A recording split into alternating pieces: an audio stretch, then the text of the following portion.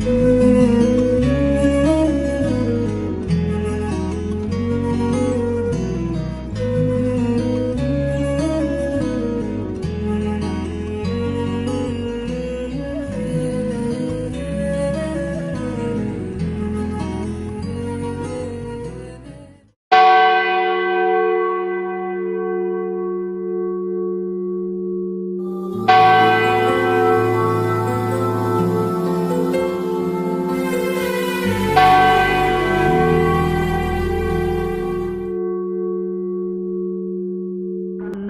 என்னடி காயம் கண்ணுதட்டில் என்னடி தடிப்பு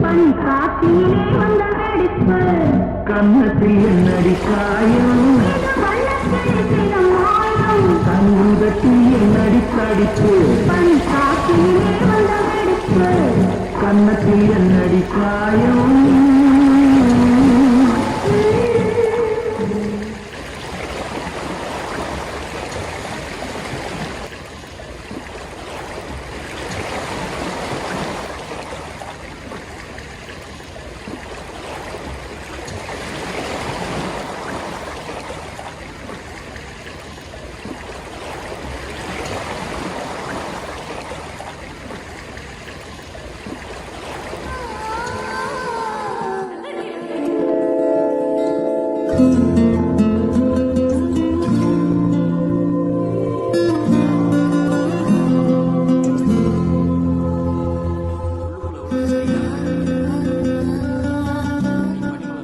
மக்களை மீன் பொரிச்சதுக்குள்ள மசாலா எடுத்து ரெடி பண்ணு.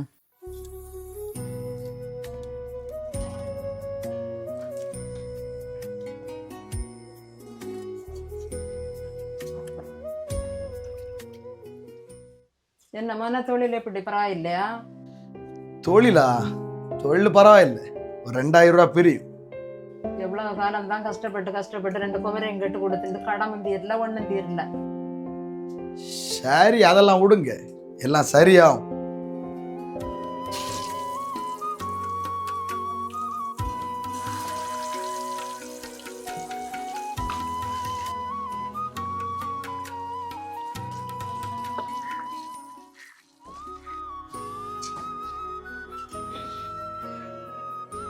கிறிஸ்மஸ் துணி எடுத்தாரு இல்லையா? கண்டிப்பா எடுக்கலாம். அவன் பொண்ணு கிளம்பலாம்.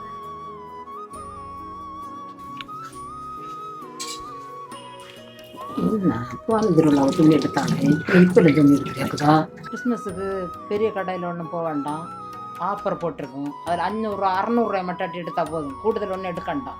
1000 ரூபாயை கூடி அம்போம். அதனால நீ குறைஞ்சதில் எடுத்து கொடுத்தா போதும், பணங்களை அதிகமாக ஒன்றும் செலவாக்காண்டாம்.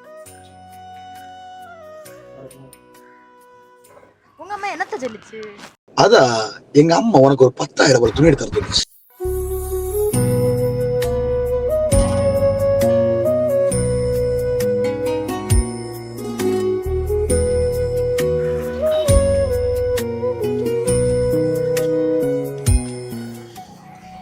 என்ன பார்க்கணும்? சாரி அக்கா.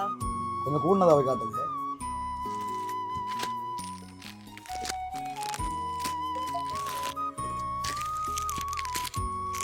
நல்லா இருக்கு. இதோட இது என்ன பண்ணுங்க? இது கலெக்ஷன் சூப்பரா இருக்கு. நல்லாவே இருக்கு. சரி, உனக்கு பிடிச்சது பாரு, ரேட்லாம் பிரச்சனை இல்லை. சரி, என்ன தான் பிடிச்சது? அப்படியா?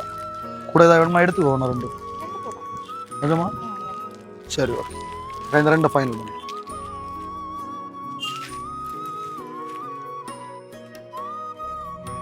ஆனால் 2 சேர்த்து ஒரு 7 300 வருது பார்த்துவாங்க.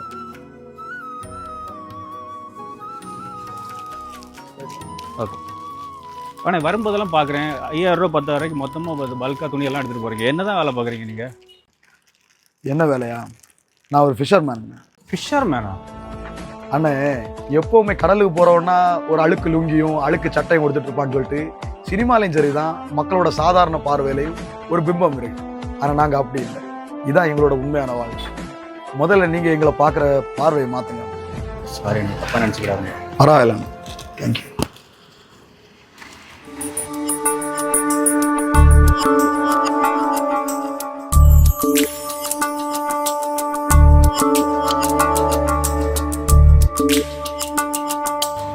என்ன சாப்பிட்றீங்க? என்ன சாப்பிட்ற? ஜூஸ் போடு. சரி ஒரு ஜூஸ் பண்ணும். First juice 2 juice. நொடியில் எதிர்காலம் நீதான் என்று உயிர் சொன்னதே.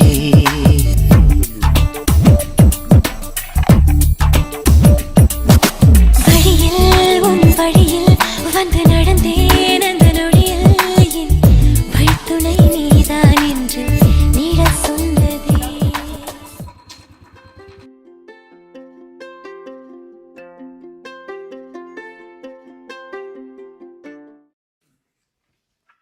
துணியெல்லாம் எடுத்து வச்சதா? உங்களுக்கு சேர்த்தா எடுத்துவாங்க.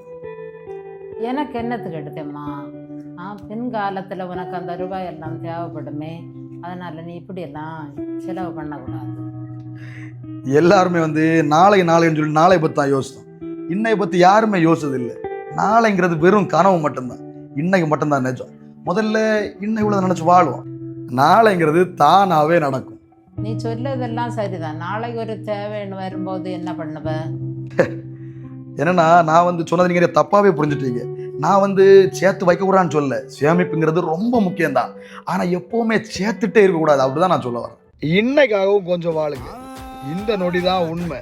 வருமோ வராதுன்னு தெரியாது எதிர்காலத்துக்கு மேலே காட்டக்கூடிய அக்கறையே நம்ம கண்ணு முன்ன நிஜமா இருக்கக்கூடிய இந்த நிகழ்காலத்து மேலேயும் கொஞ்சம் காட்டுங்க அப்படின்னு தான் சொல்கிறேன். நான் சொல்கிற கோணத்துலேயும் கொஞ்சம் யோசிச்சு பாருங்க, உங்களுக்கே உண்மை புரியும். போட்டு கிடக்கு பறவைக்கெல்லாம் ஒரு வங்கி இல்ல, அது பட்டி